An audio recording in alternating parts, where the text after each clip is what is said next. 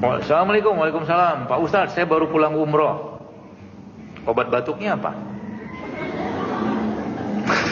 Ya semoga umrohnya mabrur. Ini obat batuk.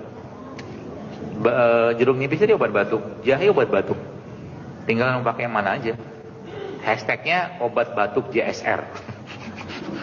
Kalau batuk kering, pakainya jeruk nipis sama madu.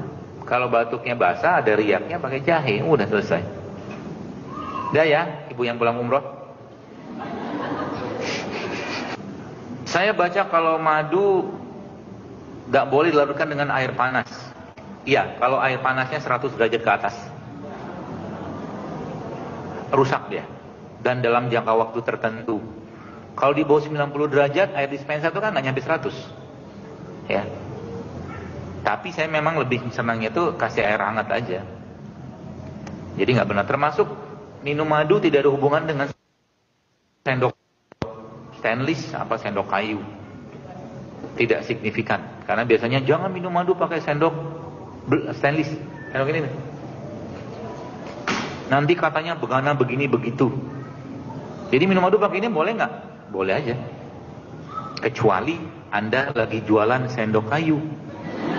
Biasa gitu tuh yang ngomong begitu biasanya lagi jualan sendok kayu tuh. Minumlah madu jangan pakai sendok secang, sendok kayu manis. Gue tahu yang modus lu. Terus dia bilang apa? Padahal datanya nggak ada juga. Minum madu pakai sendok begini boleh nggak? Boleh aja, nggak ada masalah. Tidak signifikan mengubah komposisi pada madu itu. Ya, tidak ada masalah. Jadi bagaimana cara mengkonsumsi madu yang benar? Ya, kalau Anda punya botol madu, buka botolnya, masukin sendok, minum. Itu kan pertanyaannya. Iya nggak sih? Madu itu diminum kapan? Sebelum Anda makan. Karena dia, kalau saya menganggap dia salah satu probiotik atau enzim. Jadi madu itu termasuk buah-buahan atau sayuran. Jadi sebelum Anda makan, makanlah madu dan buah atau sayuran dulu.